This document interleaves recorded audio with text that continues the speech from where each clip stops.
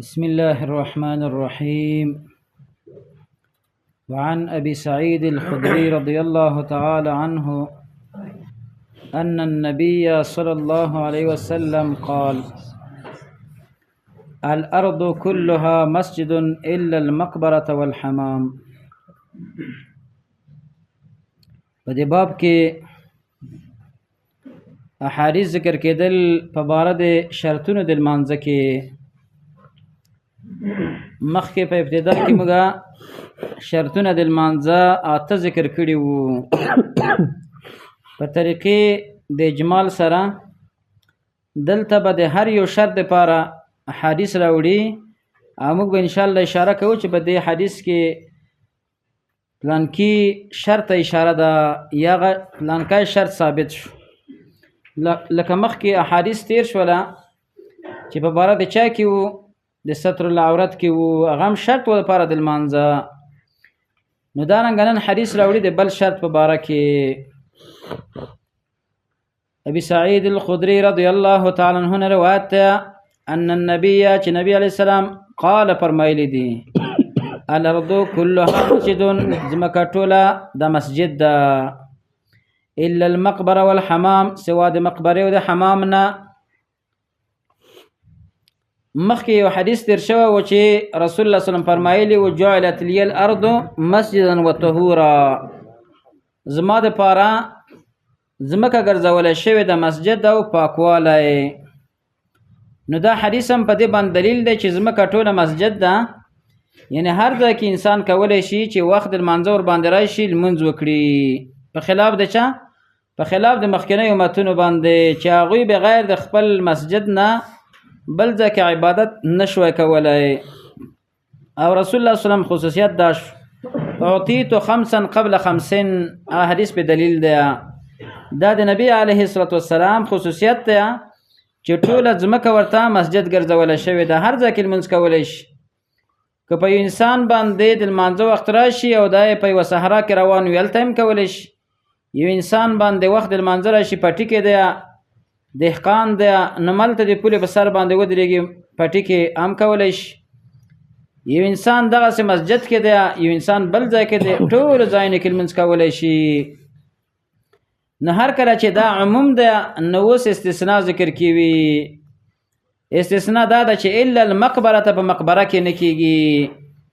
وجه دا ده چې مقبره د مړو ځای دی او نبی علیہ السلام د دې نه منع کړې ده چې لا تصلوا الى القبور ولا تجلسوا عليها، ما قبرونو ته لمونځ کوئ او ما په قبرونو د پاسه کښېنئ. نه په مقبره کې د دې وجې نه کیږي چې هلته مړي دي. نو د دې استثناء وشوله، یعنې ټوله ځمکه مسجد دی سوا د چا نه مقبرې نه. او بل والحمام، د حمام نم استثناء شوله چې په حمام کې لمونځ نه کیږي. او د دې حکمت او وجه هم دا ده چې حمامونو کې شیاطین وي، ځای د شیطانانو دی، نو په هغې کې هم ځکه نشي کېدلی. او دارنګه ځای د ګندګۍ د خلک پکې غسلونه کوي، نو په حمام کې هم نشي کېدلی. نو دا استثناء شوله.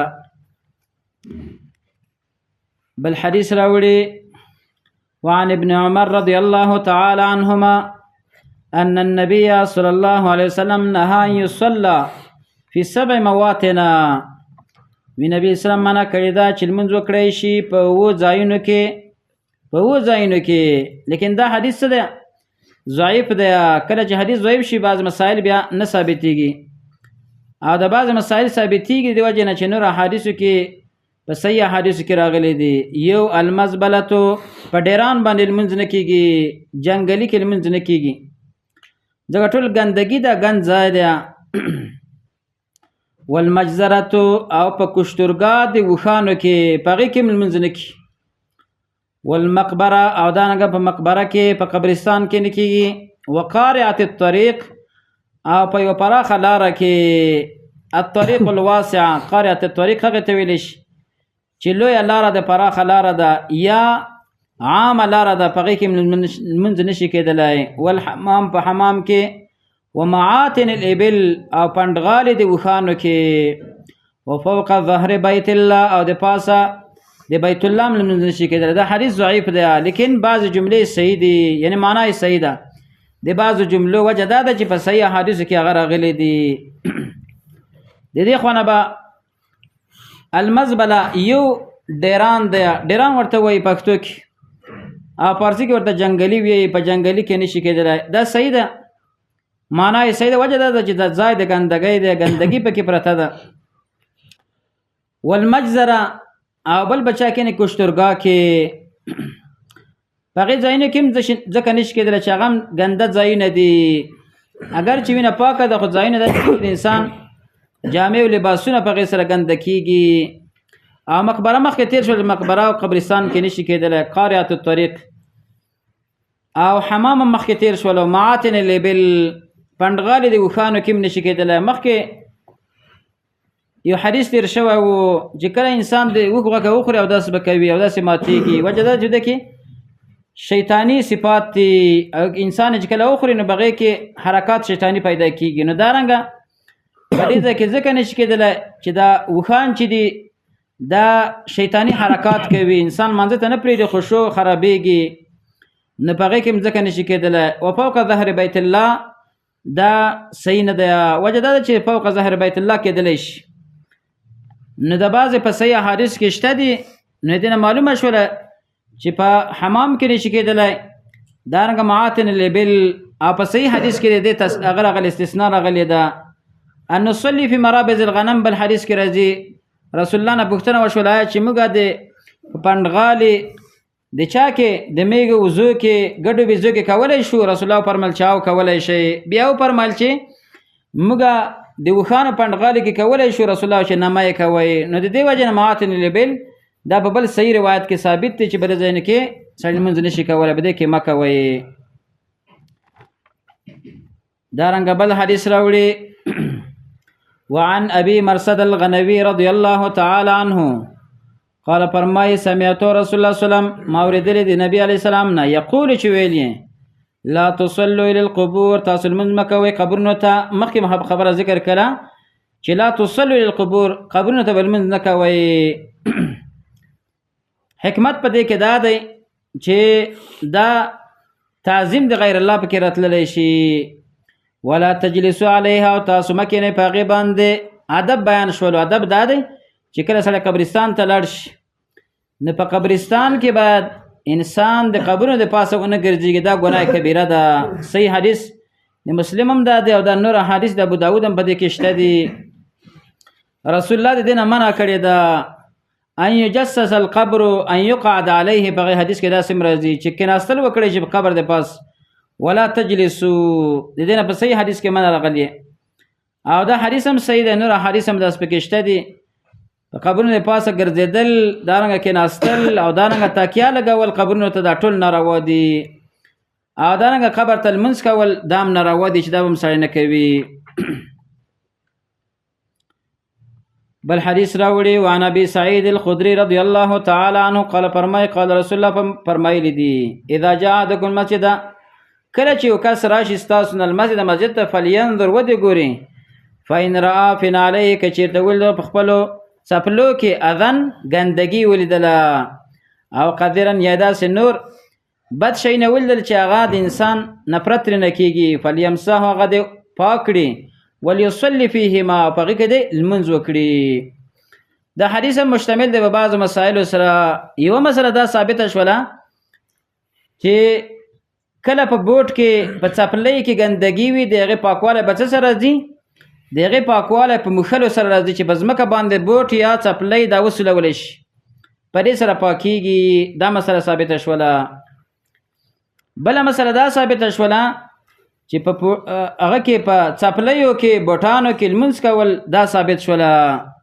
یعنې په هغه وخت کې سړی کولی شي چې کله په دې بوټانو کې یا په څپلو کې یا په د نور پایزارونو کې څه وي پاکوالی موجود وي نو سړی پکې لمونځ کولی شي. د دې وجې نه رسول الله فرمایي چې تاسو د یهودیانو مخالفت وکړئ، هغوی په څپلیو په بوټانو په دې شیانو کې لمونځ نه کوي نو تاسو لمونځ پکې وکړئ. نو د دې حدیث نه ثابته شوله ولیصلي فیهما، په دې کې د لمونځ وکړی شي. نو په دې کې لمونځ کول دا جایز دی. نو دا ثابته شوله. و زموږ خلک څه کوي؟ هغه د حدیث خلاف کوي. په کومه ځایونو کې چې مثلا جنازګاه وي، دشته وي، نو په هغې ځایونو کې چې کله جنازه کوي نو ملایمان ورته چې بوټان وباسي او بوټان خلک وباسي نو چې وی باسي بیا بیرته په مغه بوټانو باندې ودرېږي کمال پکې څه شو دا دوی ته کمال کار کیږي کمال دا ورته کار کیږي چې د خپینه وېسله بیرته به مو بوټ باندې ودرېږي ښه کمال څه شو که چیرته پکې ګندګي خو وسمه ګندګي ده پکې نو کمال څه شولو او که چیرته ګندګي پکې نه وي نو بیا د ولې وېستو صرف د ایستلو د پښې سره د بوټ نه دا سبب خو دغه نه ده د صحیح کېدلو د لمانځه خو نه دی که نه مخکې ورځ کې یوه جنازه مې هلته وکړله یو ځای کې بیا نو ما د بوټو سره د جنازه وکړله بوټ مې ونه ایستل نو بیا هغه امام د مسجد چې و هغه ډېر په کار شوی و چې تاسو خو رښتیا وابیان یې که نه زما دوستانو د خبره کړې وه چې موږ د خبره اورېدلې وه چې د خلک وابیان دي خو موږ نه منله اوس هم یقین راغی چې رښتیا وابیان یې بوټو سره څوک جنازه کوي داس جاهلان مولیان دي په د مساجدو کې په دې نه دي خبر چې رسول الله دې ته ترغیب ورکړی رسول الله فرمایي چې صلوا فی نعالکم تاسو په خپلو بوټانو کې لمونځ وکړئ خالف الیهود یهودیانو خلاف وکړئ نو نور وختونو کې خو موږ نشو کولی چې لمونځ پکې وکړو وجه دا ده چې د مساجد چې دي که په دې بوټانو کې موږ تاسو راځو هغه خامخا که ګنده نه وي په دې خاورو باندې دي نو مسجد د قالینونه ورسره خرابېږي نو په دې حدیث باندې عمل نشو کولی نو هلته خو کولی شو که نه لمونځ د جنازې په دې کې خو کولی شي بوټو سره یې وکړو او رسول الله ویلي چې تاسو لمونځ پکې وکړئ نو دغسې مولیان په مساجدو کې ناستې جاهل ناپویه چې هغوی وایي چې دا تاسو څنګه کار وکړه په بوټو کې مغه وکړه جنازه وکړه لمونځ وکړو د دې نه معلومیږي چې دا سوچا جاهل مرکب خلک دي او دا د خلکو څه د امامان دي دا مقتدا دي په دې پسې خلک اقتدا کوي کله چې د امام دغسې حال وي د عوامو به څه حالت وي نو د حدیث نه ثابته شوله چې په بوټانو کې کله کله لمونځ کول دا سنت دي دا باید سړی وکړي زه د دې یوه بله طریقه دا هم کوم کله کله چې نوي بوټان هم واخیستله کور ته هم راوړي 2 رکعته لمونځ پکې وکړی په سنت باندې به عمل راشي او د دې بوټانو شکریه به ادا کړی شي رسول الله فرمایي تاسو ته یو نعمت حاصل شي د نعمت شکریه د شکر سجده پکار ده نو دارنګه که 2 رکعته لمونځ وکړی شي په دې بوټانو کې په دې سنت باندې به عمل وشي دا یوه بله طریقه ده الله رب العالمین دې موږ تاسو ته په سنتو باندې بصیرت را نصیب وګرځوي